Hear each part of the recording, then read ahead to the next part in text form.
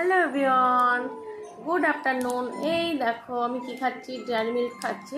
Actually মাম্মামের জন্যই নিয়ে এসেছিল, তো দাঁড়াও দেখাচ্ছি।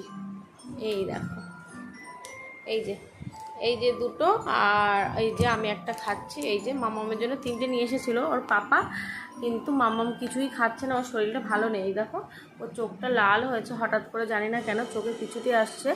তো মানে জাল কাটা মতন হচ্ছে, কেন হচ্ছে কী কারণে হচ্ছে সেটা বুঝতে পারছি না। আর এই দেখো আজকে আমি মাথায় তেল মেখেছি, দেখে মনে হচ্ছে আমি এই হসপিটাল থেকে বাড়ি আসলাম, মানে আমি একজন পেশেন্ট।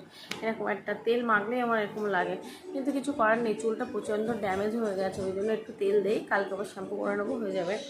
আর জানি না মাম্মামের শরীরটাও ঠিকঠাক ভালো নেই, ওই চোখের জন্য না গাও গরম হয়েছে, তো সেই কারণে মনটাও অত ভালো নেই। তা কী করবো, দুপুরে ঠিকঠাক করে খাওয়া হয়নি, মাম্মাম খাইনি বলে আমিও, ওই জন্য এখন ভাবলাম আমি একটু চকলেট খাই। মাম্মামকে বললাম, মাম্মাম তো বলছে খাবো না। তো চলো পরে কথা হবে।